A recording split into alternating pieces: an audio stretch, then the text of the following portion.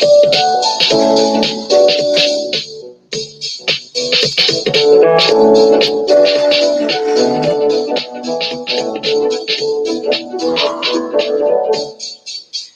talk about fish, baby. Let's talk about you and me. Let's talk about all the good things and the bad things that may be. Let's talk about fish. Let's talk about fish. Fish.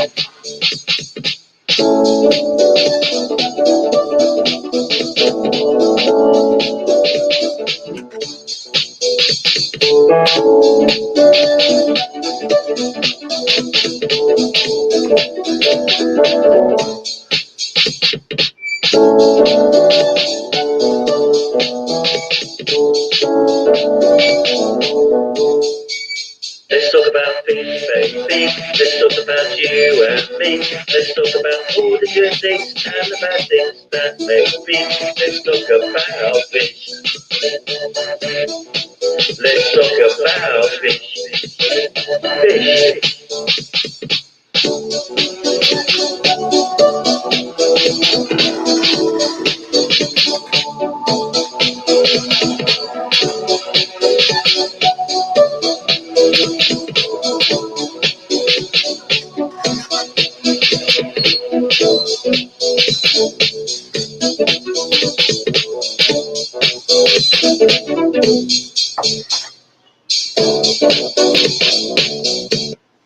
Hello, hello. Good morning, cats. I can't hear you. You got your volume off. Darn it, I'm sorry. Good morning, Father Fish. All right. Nice to see you. Nice to see you. Thank you. Good to be here on a Monday morning.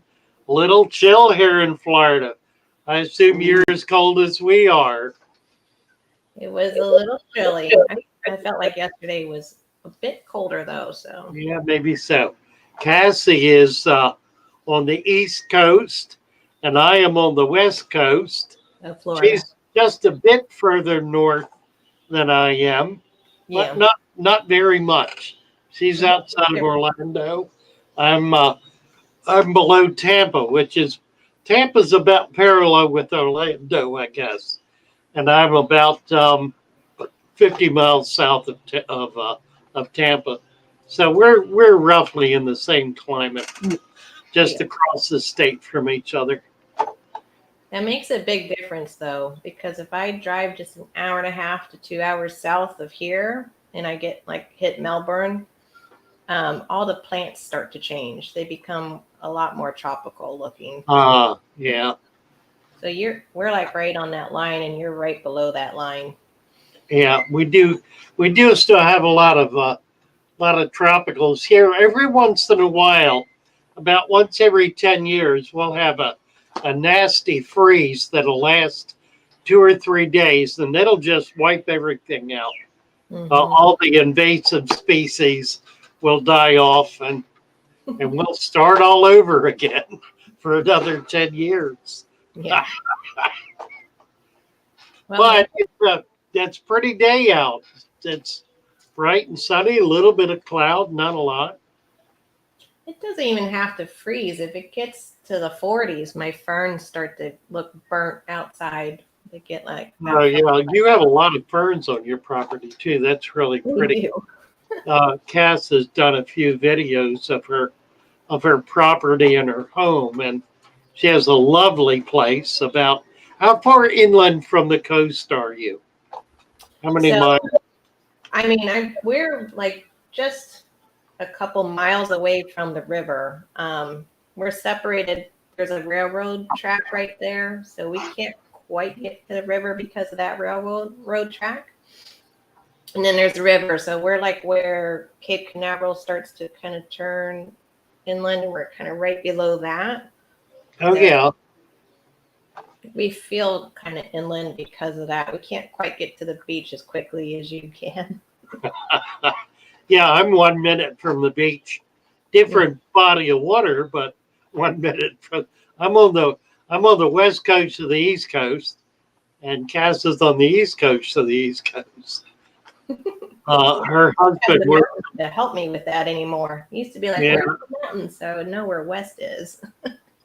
Right. Right.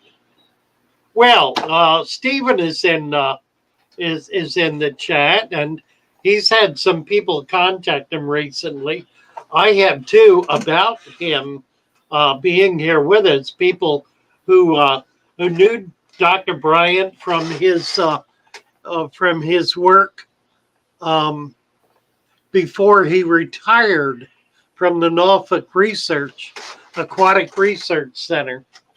So we're happy to have him here. And Stephen, if you'd like to come up, we'd love to have you to be able to introduce you and give people a chance to see what you look like and to hear your voice.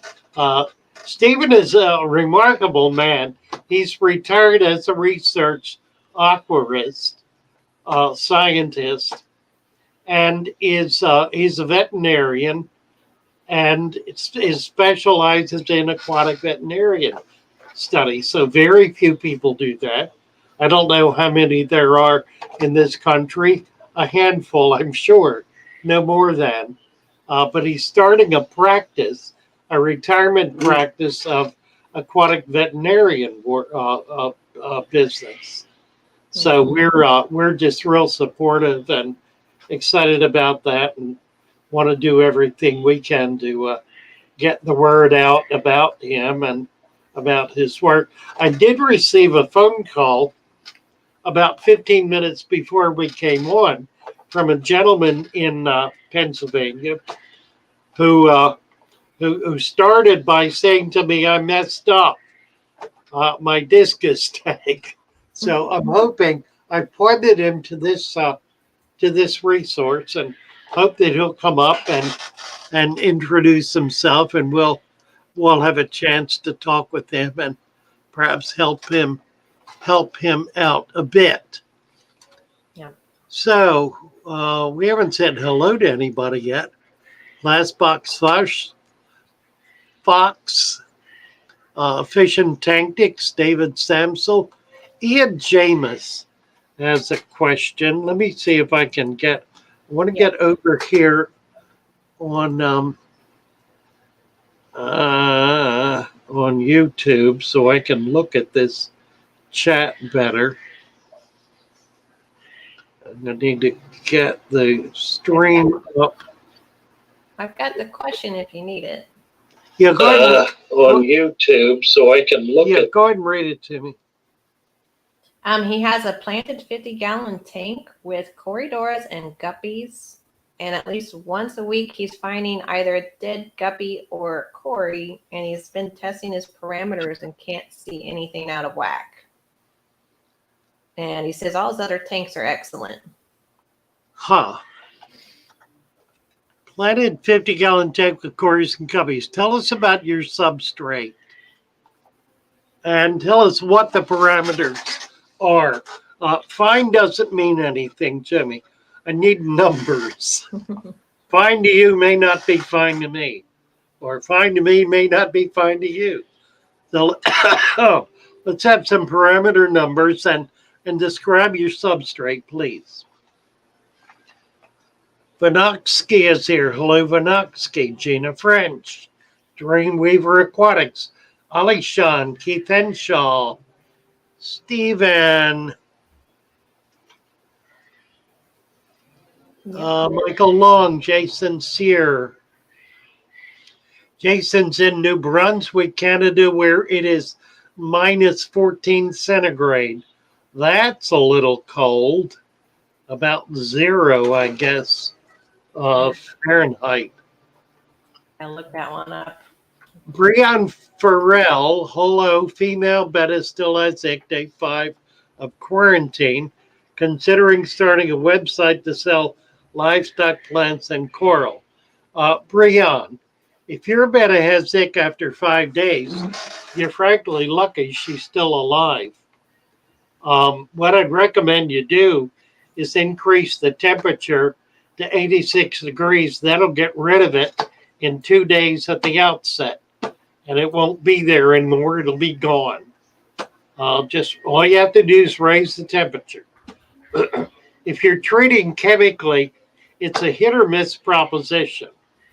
Um, and generally, you've got to put enough medication in there to substantially stress the fish in order to be able to kill the ick. Whereas if you use temperature, the ick will become inactive at 86 degrees. It'll drop to the bottom and it won't be on the fish anymore. And your fish will be able to heal from it and protect himself from it in the future. So do that, and your betta will be better. Better. You'll have a better betta pretty quickly. Ox Avis. Ox is the gentleman who called me this morning about his discus tank. Are you in a position, Ox, to come up? I can drop a link. If you have a camera and a mic on your system and are able to do that, we'll be happy to get you up here and you can explain what you're dealing with. All right. And Johan has a question for you as well. Let's see. Eod. Stephen is responding to Eod. I'm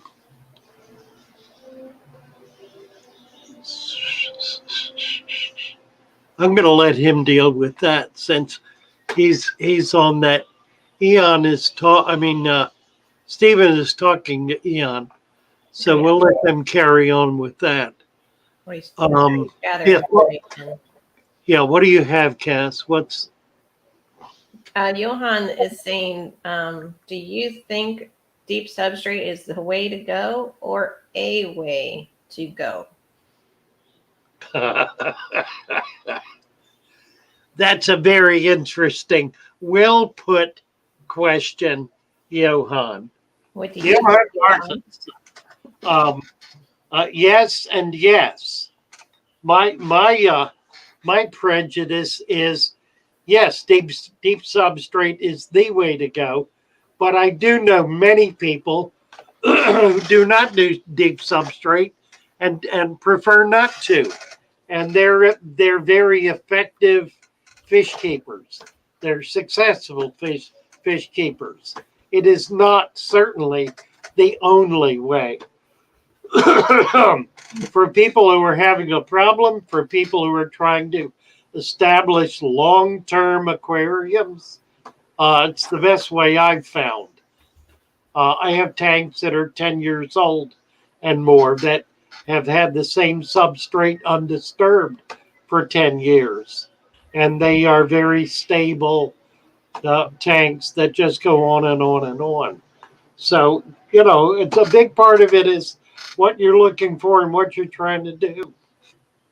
Lal says it's true that once fish get ick, they cannot get it again or they build an immunity to it. I don't have a good answer to that. Steven's here. He may very well. I have not noticed fish getting it a second time, but I think they certainly can. I mean, it's a parasite. It's not like a virus that they can develop an immunity to. There's no way to build up an immunity to a parasite. A fish can develop, how can I put it? Develop a stronger constitution, can be a healthier fish and a stronger fish and be able to ward off the parasite. I mean, not every fish in a tank gets ick when ick breaks out. Some fish have a stronger slime coat, are simply healthier, and are able to ward it off better. It's not a matter of building an immunity, though, not in the same sense as building an immunity to a virus, for example, or even a bacterial infection. It's a matter of having a thick enough slime coat, which is a matter of the fish being healthy enough to be able to protect itself from that parasite. If the fish is weakened, and a sudden drop in temperature will weaken fish, then it makes it susceptible to predations by ick. So it's not it kind of works that way. So yeah, I would say a fish definitely can get ick more than once, um, but generally they don't, because generally it's new fish that get it that are not strong enough yet to really be able to ward it off. Once they get healthy and happy in your tank, they're not less likely to be susceptible. Well, and you could add to that that new fish are stressed out, and that's why they're susceptible. Well, it's exactly right. It's exactly right. But also, I think some species are more hardy than others. Well, there certainly are some species that are more susceptible to ick. Probably the worst one of all of them is the clown loach. Clown loaches will get ick at the drop of a hat. It's amazing how quickly and easily they get it. And that's theoretically, at least, that's a cold water fish. They're from the Yangtze River, not exactly a tropical river. And they But get boy, large, did they get it. don't they? Pardon? Sorry, don't they get large? Aren't they like a larger species? Yeah, they do. Yeah, they get like a foot and a half or maybe bigger. I've seen them a foot long, as breeders in a laboratory. They probably get considerably larger than that. They do lose their color bands as they get bigger. They're not nearly as pretty. Yeah, that's a fish I probably would not keep. I like the smaller fish. Yeah, But they rarely get big in a tank though. But for your tanks, unless you've got a 55-gallon minimum, loaches are, um, they hide a lot. You never see them. They'll come out to eat, and they may poke around some, but generally they're lurking. They'll come out at night. They're hiding under driftwood or whatever. and that's part of the problem with planted aquariums that I've noticed is your fish might hide and you don't know if they're dead or alive until they appear. Yeah, until they show up again, right? And it can take a day or two before you see them. Yeah, Stephen is saying that's very true. Black mollies are known for their fungal infections, loaches with ick, and so forth. So, yeah, there are certain species of fish that are susceptible to certain conditions. And it's interesting he mentions mollies, because mollies are another fish. Now, there are two species of molly. There's one in Florida, which gets up further north up into Georgia, and around the Gulf Coast through Louisiana and into Texas. That's the sailfin molly. There's another one that's in um, South America, northern South America, Central America, if you will, and that's the Yucatan molly. Um, and they're different. They have different kind of conditions. Most of the mollies that you find in stores are the Yucatan. That's where all the colors come from. All of the blacks and oranges and gold and all of that. The high sailfin is the sailfin molly, the Florida molly. They're typically green, but they are black as well. They've been bred for a lot of colors as well, but they typically have that real high sail fin. And they're two different conditions. The Yucatan is more fresh water. The sailfin is more brackish water.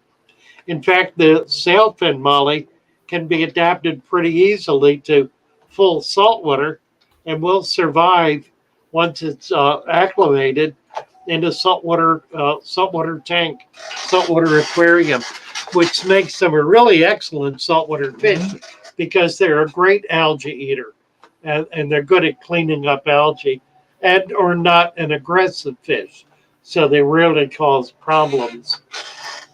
So I just went to the store, Saturday? The pet supermarket fish store, and they had they weren't calling them sailfin mollies or yucatan. They were calling them just mollies and balloon mollies. Yeah, those are the yucatans. Those are not the sailfin. They're all yucatan. Yeah, the sailfin is a much bigger molly. The sailfin will get 4 to 5 inches. They get pretty big. You don't normally see them that big, but they do grow to that size. Whereas the yucatans grow to maybe 3 inches, about half the size of the sailfin. Okay. There's not a lot of difference in appearance. I think the yucatan is a somewhat deeper bodied. I mean, the sailfin, a somewhat deeper bodied fish, somewhat thicker, a somewhat heavier fish, but they're basically the same body shape. I take that back. They did have like greener ones, and to me it didn't look like a molly. I was asking the storekeeper what it was, because they look more like a rainbow fish. So that must have been the sailfin. Yeah, that's what the sailfins look like. They usually have a lot of tiny spots on them in their natural native dress, if you will. Again, they've been hybridized to the point where there are a lot of different colors of each of those species, and I'm sure they've been crossbred as well. There's a mishmash out there of in the world of mollydom. Are they both algae eaters? Yes, absolutely. Okay. Brian is talking to Steven still. David Samsel is wondering about water conditions at 9:17. I was just looking at D3V. He said he's never had a clown loach die of ick. I have. I have had them die of ick. Don't believe they won't. They will. 917. Yeah. And what is it? Water conditioners. Yeah, wondering about water. If they add to the fish's slime coat, oh dear. Yes and no. One of the things that will increase slime coat is salt. It also slows down the metabolism of the fish, so it's kind of a curse and a blessing.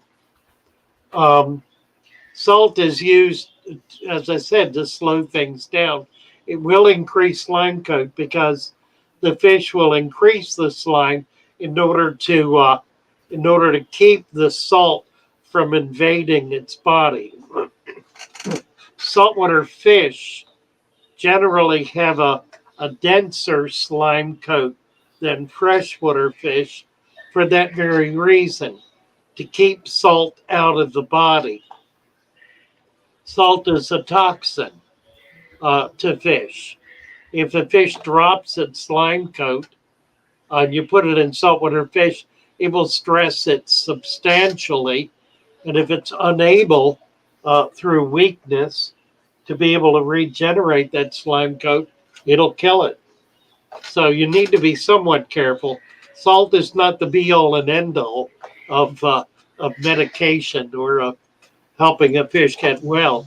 It can harm. It's used very often with bettas in very small doses, again for the same reason.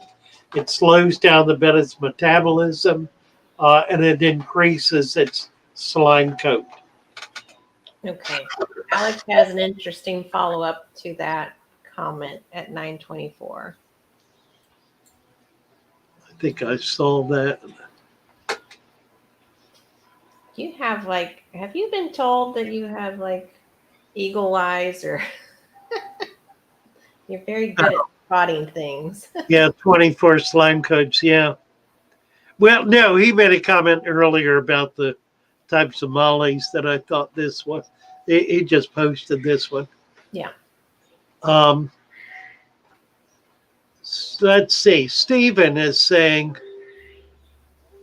scared to death would translate to stressed, where their immune and organ functions completely stopped. So that's interesting, which I assume he's responding to the salt issue. SBM is in India.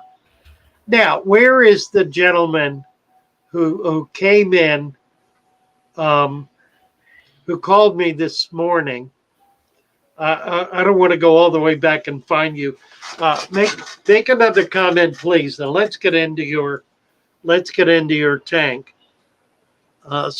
Stephen is saying stress coat on most fish change and adapt into their environment.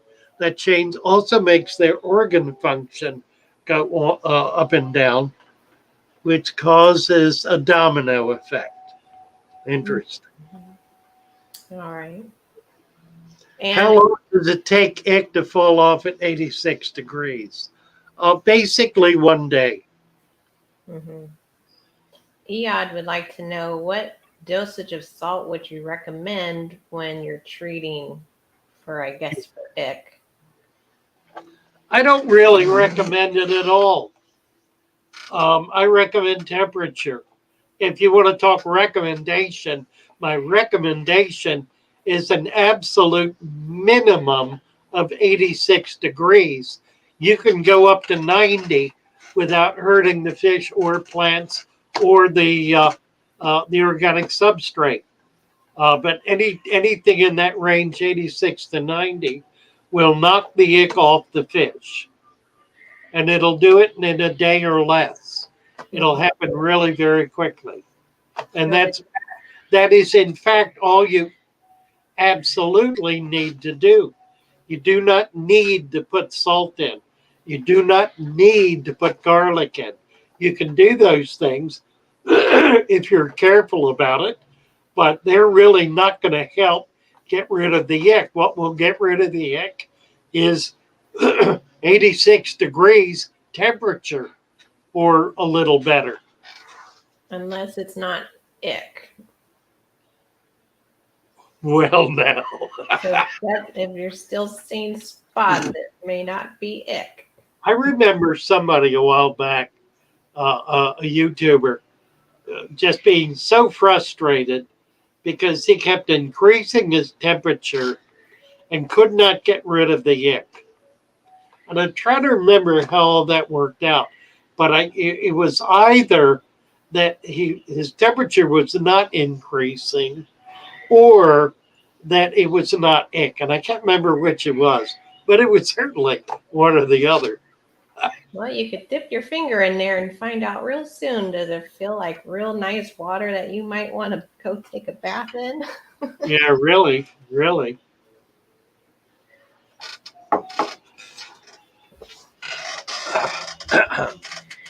Ox. He's got his parameters here. Alkalinity is good. Hardness is good. pH 7.3. And then nitrate. Yeah, your parameters look really good to me.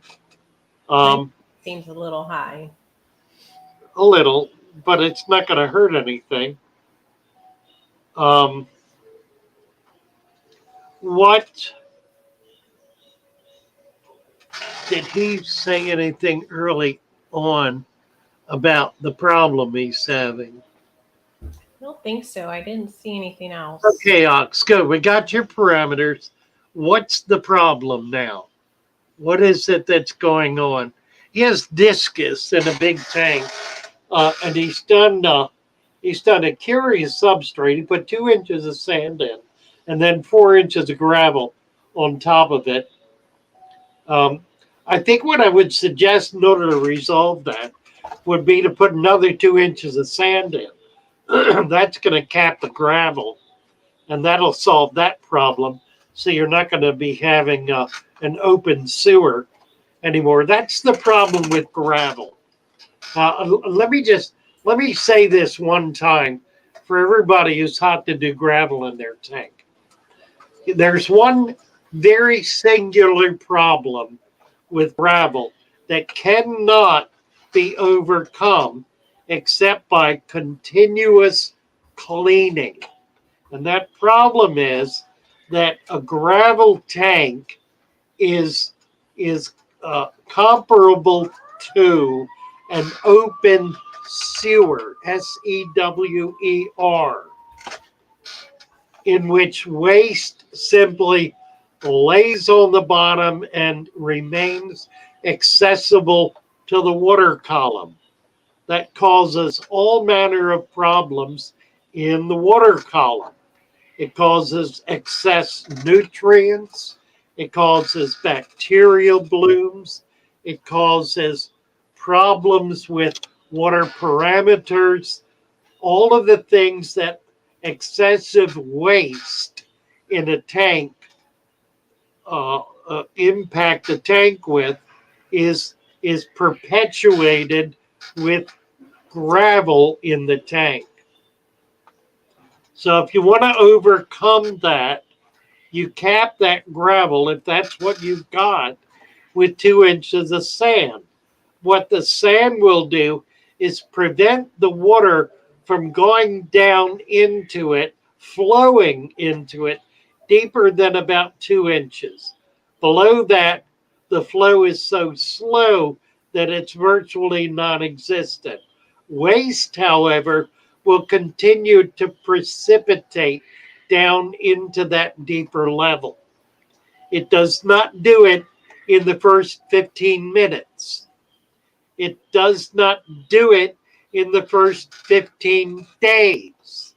It may take 15 months for it to get there, but it will get there. And the fact that the mold, the waste, is in the sand and the water is not flowing through it means that that water is not washing it back out again or pulling it back out. Once it's down in there, even a half inch or so, it stays in there. And it doesn't come out at nearly the level it goes in. Let's see, what is How would it not come out? I'm sorry, go That ahead. last statement you said confused me a little. That it doesn't come out at the level that it goes in. Right. Does it come out at all? A little, I mean, you've got some water flow. Okay. I just had this vision of pulling plants out and it coming out with having to. Well, a little bit though, not a lot. And if you're gentle with it, you're not going to get very much at all. A little bit of silt doesn't hurt anything. Certainly not going to hurt the tank. If you get in there and stir it all up. If you watch that video where I did the rescue of the 30-gallon long, I was swirling the water around and stripping the leaves of the plants of the algae or bacteria slime, whatever it was. Yeah. It was spraying on it, but I was not stirring up the substrate. I did not stir up the substrate at all. Everything that was in there was on the surface. I was simply kind of getting it in suspension so I could siphon it out. That's kind of the issue. The water flows and it'll flow into a sand substrate a little bit, but the further it goes, the slower it gets. The deeper it goes, the slower it gets. And if it's going across, the slower it'll get. But it does get down in there a little bit. Which is why you want, it's why you want 2 inches. because at 2 inches, the water is simply not going to get down in there very far. Half an inch, maybe an inch, unlikely. Um, but that means that the detritus that's going down in it, that top level, could, some of it could wash out if there's a really hard flow. If there's not, it won't. And that's also why it's important to add water to your substrate when you're adding your mud. Well, you want it mud. You don't want it dry. Because, like you said, it sounds like the water won't get down in there and moisten it, and then. Oh, it will. The problem is it'll float. The water will get down in there, all right, because water permeates right through sand. It simply doesn't flow. Oh, I've had that question if it gets down deep enough or not, because I've looked at. Oh yeah, absolutely. It'll go all the way to the bottom. I mean, it's semi-permeable. It's not like it's a barrier. It's not like it's a hard barrier like a board. It's a semi-permeable media. So the water is able to get into it very easily. It just doesn't flow. If you've got water flowing across the surface and you have gravel, that water flow will continue down into the gravel and will go fairly deep into the gravel. The water will be flowing through that gravel. If you have sand, the water won't be able to flow down into it very far because it's denser. Water will go into it. It simply won't be able to move as quick. It won't be able to move at the same rate. And the deeper it goes, down below an inch, it won't be really moving at all. It'll be there. It'll move at the rate that the living organisms with their cilia move it. In a brand new tank, if you have it bone dry dirt, bone dry sand, you pour water into it, the water will hit the bottom instantly. It's not going to keep it out. It's permeable. If you put dirt in something and you pour water into it, all of that dirt gets wet, every bit of it. It's not a barrier. It is a semi-permeable barrier, if you will. These questions go into my head when I look at my aquarium and I'm like, is that dry or not? I've wondered that. It cannot possibly be dry. Okay. It would be a violation of nature for it to be dry. Now it could be impacted tight enough to prevent water from getting in. If you have clay down there, for example, or a clay layer or something that really prevents water from getting in, that can certainly happen. That's why we use peat moss, to make sure it's permeable, to make sure it's what's the word when we want soil fluffed up? Fluffed up. Aerated. Yeah, to make sure it's aerated. That's right. Well, like one side of my tank gets like a lot of midday and evening sun, and I'm like, could it like bake that spot near the glass and like? Well, you'll see algae there. You'll see algae that'll grow 3 inches down from the glass where the sun hits it. Sure. Rabbit hamster, I want to change my gravel substrate, but I have large fish that having been living for years in this aquarium. Breaking it down and starting over would be difficult. What I would do is add sand. There's no reason to pull the gravel out. That gravel contains a lot of bacteria. Every grain of that gravel is loaded with bacteria. If you have a problem with it, add sand. Add a couple of inches of sand. That's going to seal it, which means you won't have to keep going in there cleaning it out. If it's a big tank with large fish, I would make it substantially deeper, 5 to 6 inches as a minimum. I don't do dirted tanks with diggers because they dig it out. I'll do either very deep sand or I'll do gravel and then sand in order to get it half a foot deep. Uh, and very often, if it's like a big pair of Oscars, they'll root it all the way down to the bottom. I have nearly an inch of sand in my 500-gallon tank. I put a pair of Central American cichlids in there. When they decide to spawn, they've got all the sand pulled out of one end of the tank, all the way to the bottom. It never fouls the tank. It never even makes the water cloudy. Never. Doesn't happen. So Rabbit, yeah, you do not need to change the substrate. Just add a considerable amount of sand to it. Alex is suggesting that he add macro and micronutrients or root tabs also before adding the sand. If he has, well, you can do that. However, if you've got a very old gravel bed, you've already got a lot of nutrition down in there. And if you're not growing plants, of course, there's no need to do that at all. If you're growing plants, then sure, you can add some root tabs. Do not add liquid fertilizer. Is that right if I hang these from here up front? What do you mean? Well, right now they're sitting on. Oh, yeah. They're a mess. Yeah. So I zip tied them to a PVC pipe 3 long. I'm just gonna string that to the ceiling. Do you have any twine? Twine.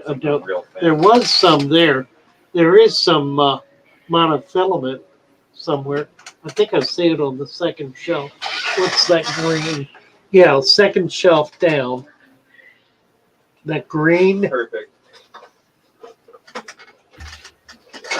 Thomas's hanging lights. I'm so sick of moving those things. Oh, I know they're a mess. Make sure the floor gets swept today. All right. Okay. Probably gonna be a mess after I do the birds.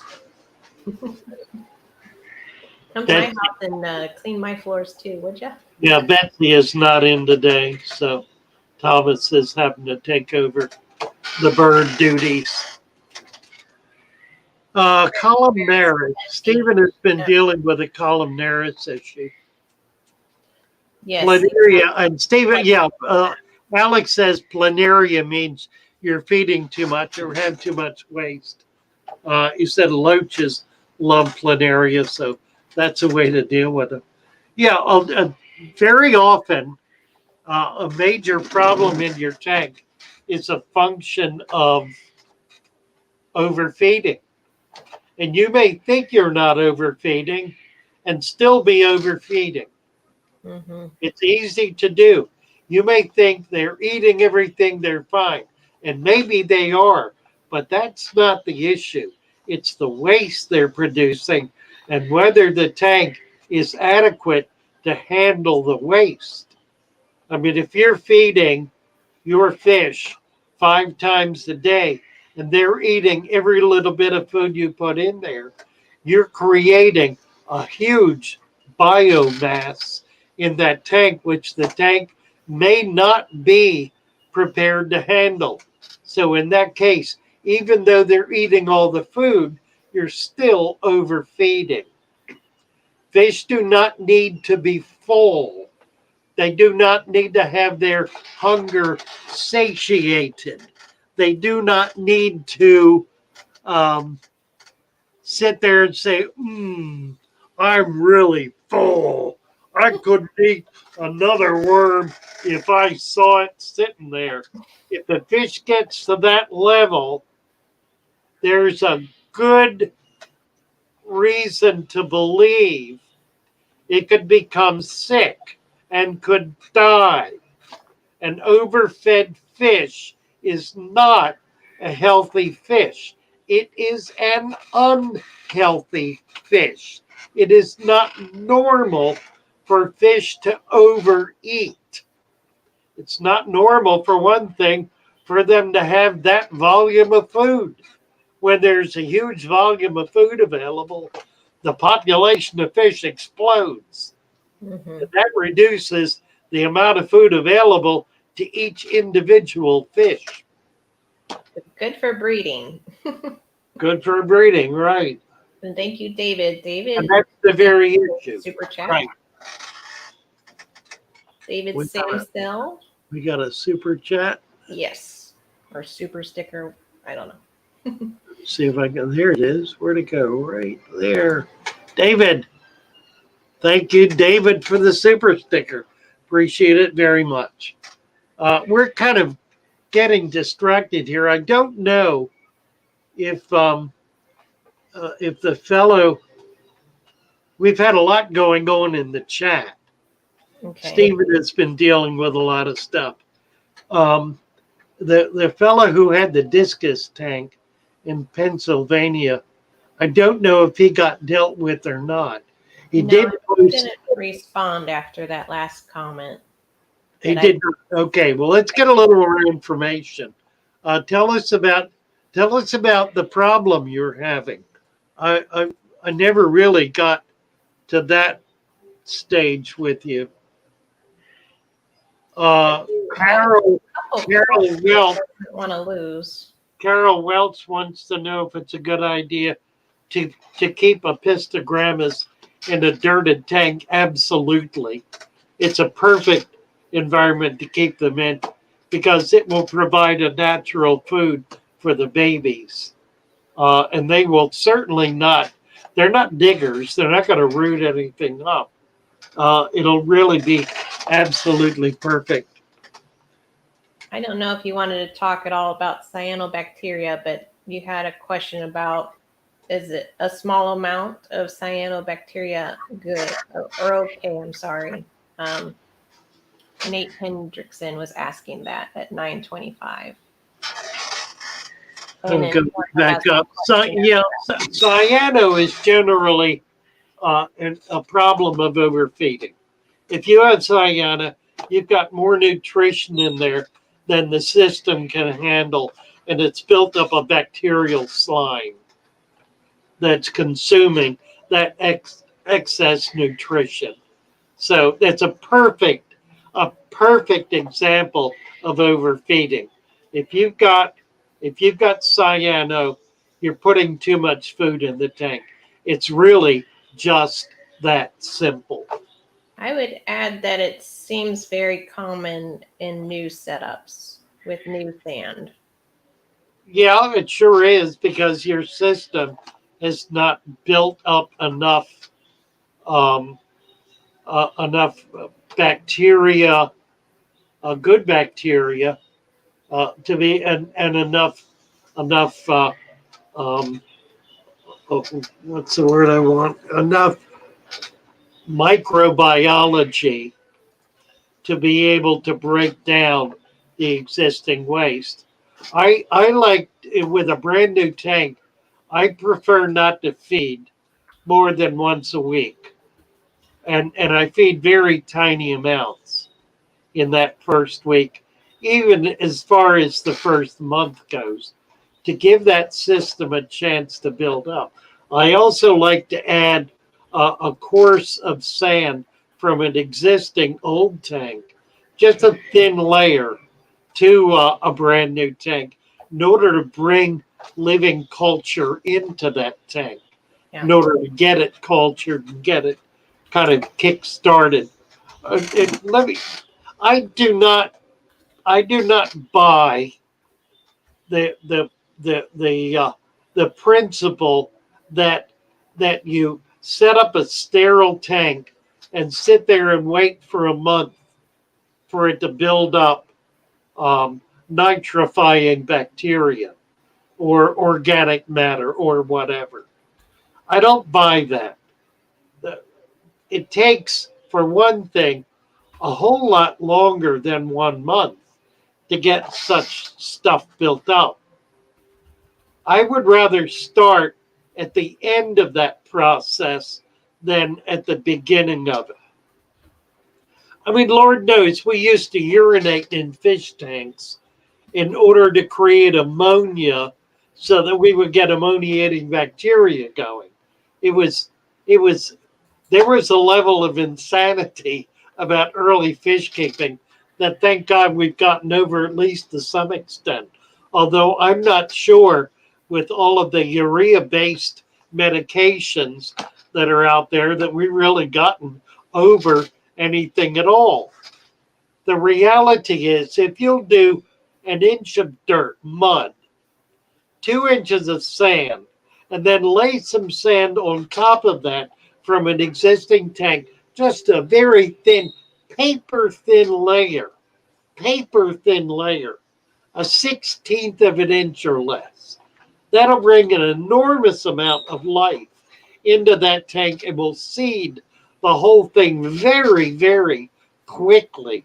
It'll move down into that very quickly. And if you've got some plants in there, then put some fish in it right away.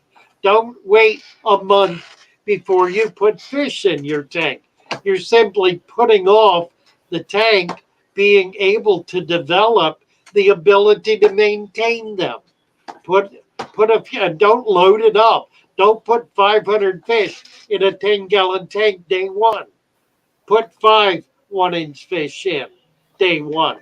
And then don't do any more for at least another week or two.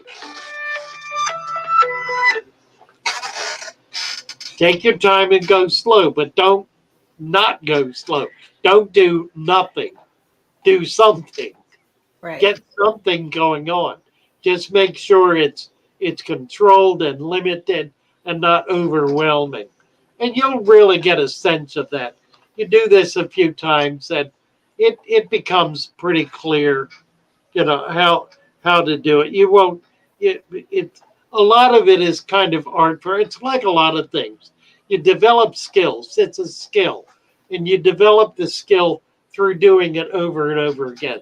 So you learn how to do things. That's why you need more than one fish tank. One fish tank. It's hard to learn with one fish tank. You can, but it's a slow process. Multiple fish tanks. Yeah, do bowls, do jars, do tubs, set stuff up outside. I mean, get involved in the hobby a little bit. If you don't want it all in your house, and I don't believe you ought to have a lot of fish tanks in your house. I really don't, because it's messy and it disturbs life in the home. Set up a separate concrete floor like a garage or a patio or a deck or something where there's a concrete floor, or at least a floor that's not going to get ruined by having water on it. And let it be separate from your living quarters.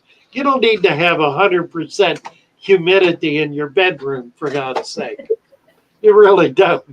Yeah, I don't think I'm allowed to have a fish tank in our bedroom and not the family room.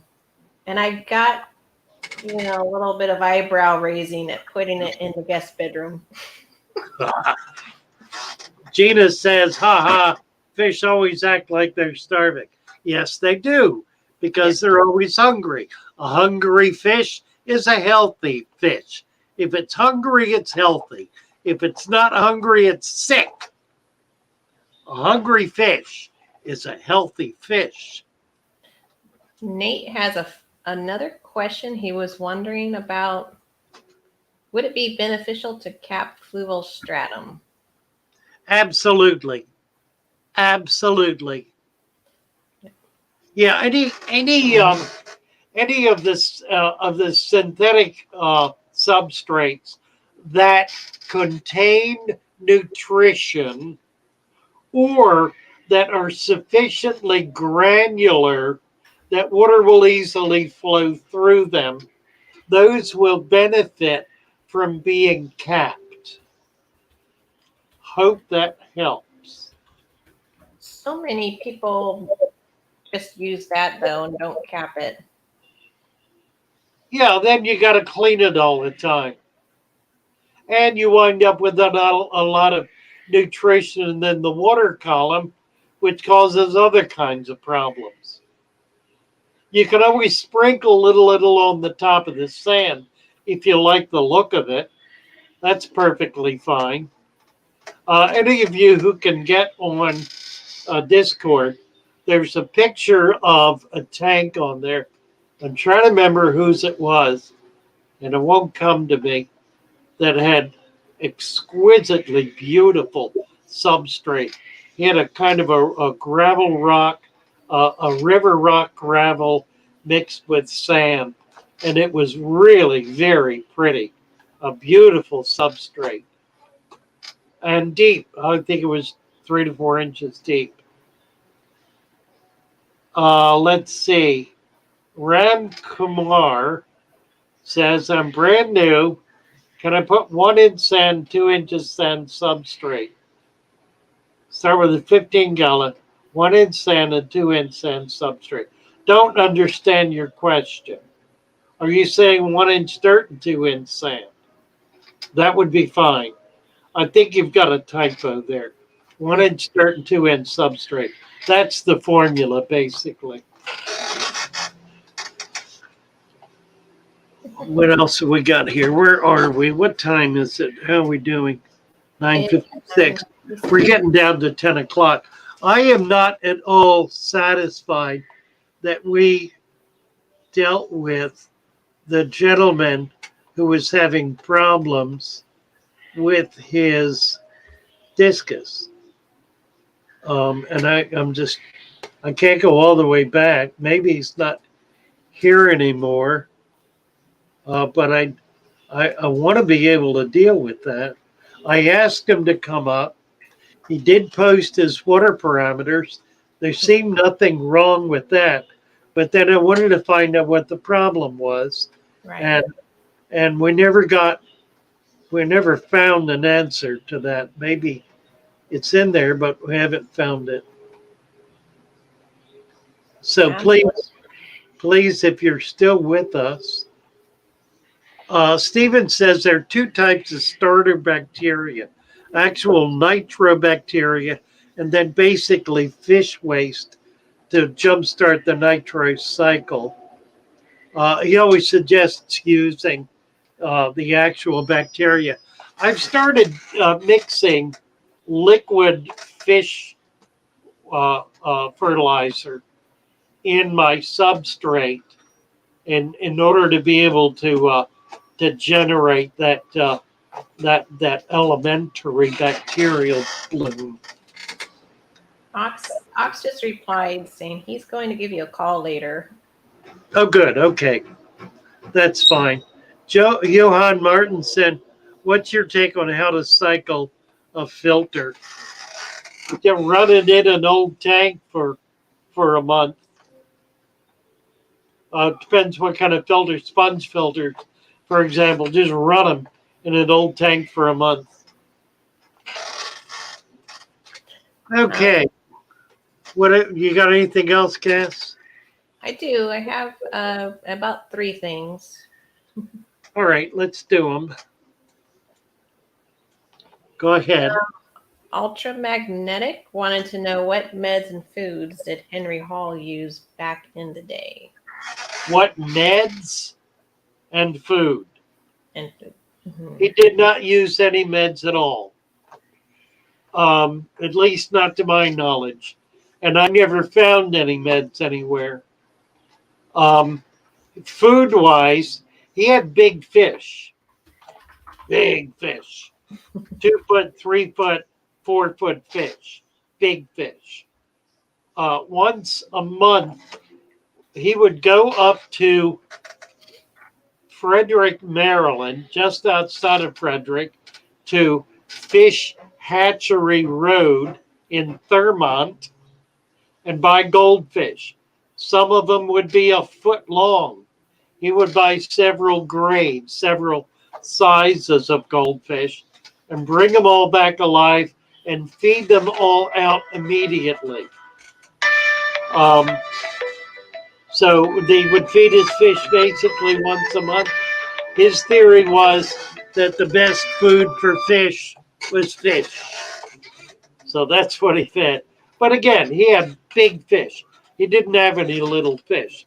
By the time his hobby had reached its apex, that's what he had, and that's what he fed. And I never saw medication. What else? Okay. Carol would like to know, does H2S damage plant roots? H2S? She said S, so I didn't know if she hydrogen meant like sulfide or sulfate. Hydrogen sulfide. No. In fact, you're not going to get it. You're not going to get hydrosulfide building up in your tank. It is not going to happen. I know there are all kind of scare tactics about it. I defy anyone to find hydrogen sulfide in their deep substrate. You'll get free hydrogen. You'll get free nitrate, nitrogen rather, that'll bubble up. You're not going to get H2SO4. You're not going to get it. What else? And then I've seen Edmund has asked this before, so I'm not sure if it got answered, but he would like to know, do you have a time frame to stop feeding altogether? Not really. You just kind of have to judge it. Lee did a really interesting experiment with his 3-year-old tank where he stopped feeding after he capped his soil for about 6 months, and the fish he did a poop study at one point in which he noticed the fish were continuing to eat. There was enough natural food built up in the tank that they did not starve. They were not suffering in any way. They were continuing to eat and thrive.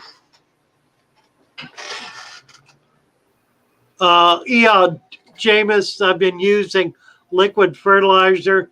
Should I stop? Yes, you should. You're simply increasing the nutrient level in your tank without any way to get it out.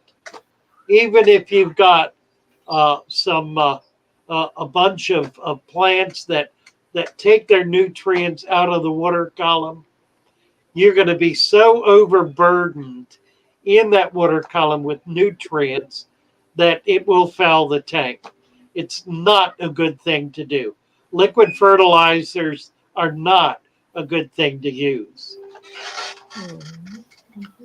What else? Like a teeny tiny drop. If you insist. I mean, I have the floater, the vineyard and stuff, and like every now and then I'm like, it needs a little help, and I want to give it like just a drop of fertilizer. Cass, you are so delicate in your operations that I cannot imagine you would ever overdose. I just want to see them doing good and getting fed. Of course you do. Of course you do. And if you weren't so genteel about it, it would be a problem. If you were dumping it in by the tablespoon, it would be a problem. By the drop or two, that'll be picked up and dealt with and won't be a problem. Okay, good to know. I'm glad I ran it by you before I did it. We're out of time, guys. Somebody at Battle Brew is asking Save to explain something.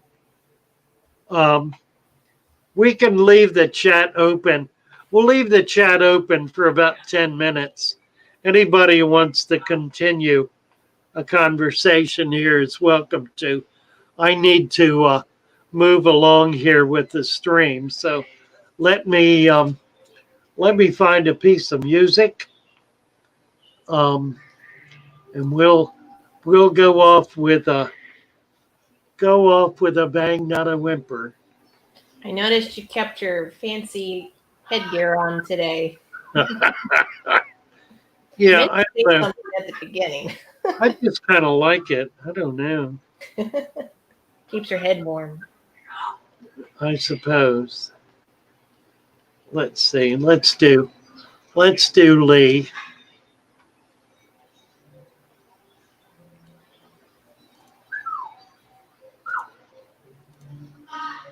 And volume.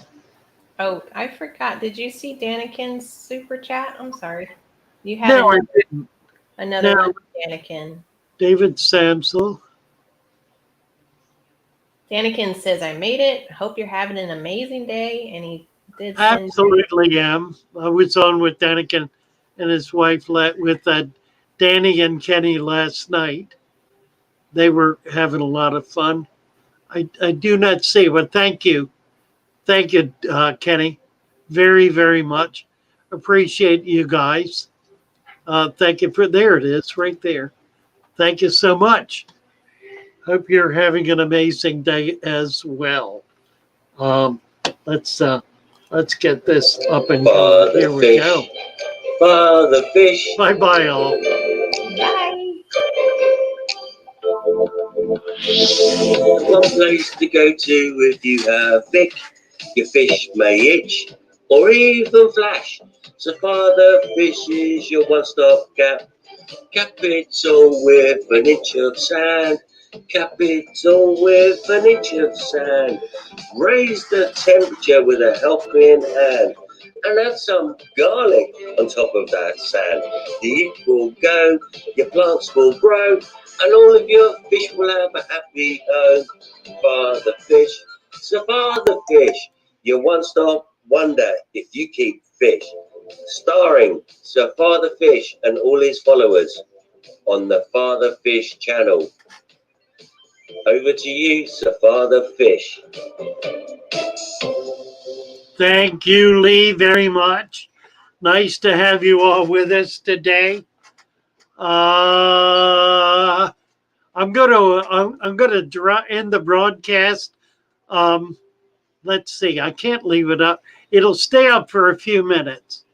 It looks like everybody's pretty well through their conversations. We'll be back tomorrow morning. See you then. Those of you who are members, either on Patreon or YouTube, or make a donation to Father Fish through